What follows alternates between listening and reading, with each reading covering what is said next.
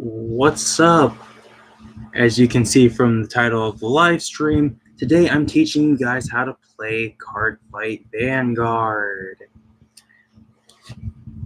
Now, this isn't gonna be a super informational video due to the fact that this is a pretty dated deck, and the current standard is not currently sitting as the current standard. So as of right now, I'm gonna let you guys know I'm only going to be explaining how the card game actually works and not how standard works.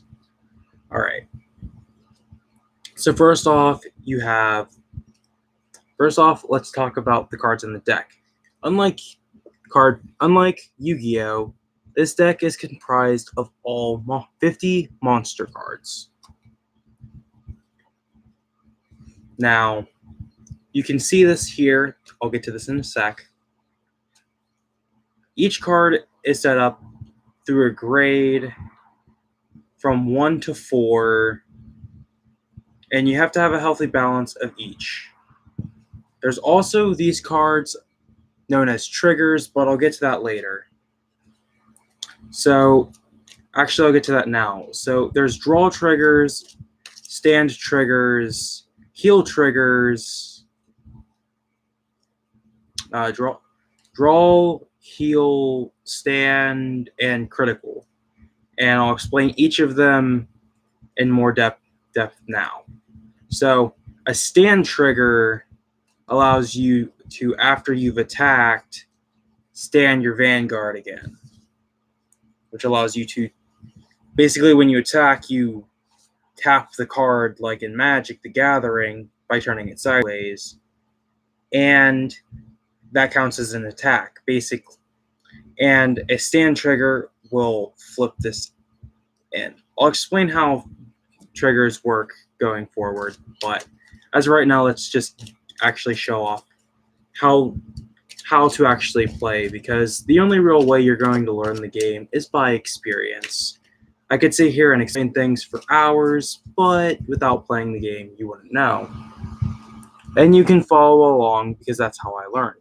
So each player starts with 5 cards. We can take a look at these cards. And personally, I'm using a Royal Paladins clan because I like Royal Paladins. And I recommend, if you have cards, the good thing about Vanguard is the mulligan system. So you can actually take cards from your hand and put them back into the deck and draw cards equal to that number. However, this is only possible on your before the first turn. The moment you agree that your hand is acceptable, that's when the card fight begins. So I would recommend having at least 1 grade 1, 1 grade 2, and 1 grade 3 in your hand. All right. So you can only have a max of 4. You know what? Instead of me trying to explain the deck building, I'm not going to do that in this video. There are plenty of informational videos about that. So at the beginning of a card fight, you flip your Vanguard over. Now this is a stand. Now I will mention, if you are running decks that are unsleeved, that is perfectly fine in my opinion. Sleeves are mainly to protect the cards while you're playing, but I don't think they're actually necessary. Now, the way to make your card stronger is to do what's called a ride.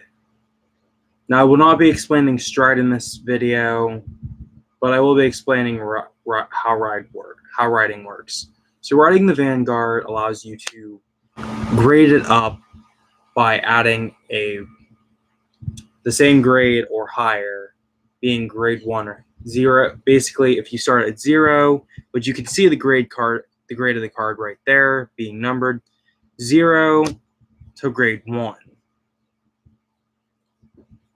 Now, this allows me to play rear guards. There's a total of 5 rear guard slots. and this allows me to play rear guards of the same level or lower. Now let's say I throw a grade 0 here. I can also play as many rear guards per turn as I want, but you can only ride once per turn. And as you can see, the more you ride, the stronger your card gets. The highest grade from my knowledge, that can be in your main deck are grade 3. Grade 3 are awesome. They are actually the best cards in the game. And they get, if I'm not mistaken, they get a double drive check. And now I'm going to show you what a check is. So if you're attacking with your vanguard, you get a drive check, where you can check for a critical trigger, which sadly, that was not a critical trigger. Now, one of the other things is, if you're taking damage, your vanguard takes damage. Let's say that your vanguard took 3 damage.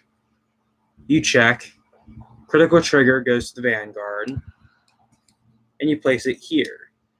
You hit 6 damage, you lose. Second check would be a draw. It would allow me to put 1 card in my hand. Check, another draw trigger.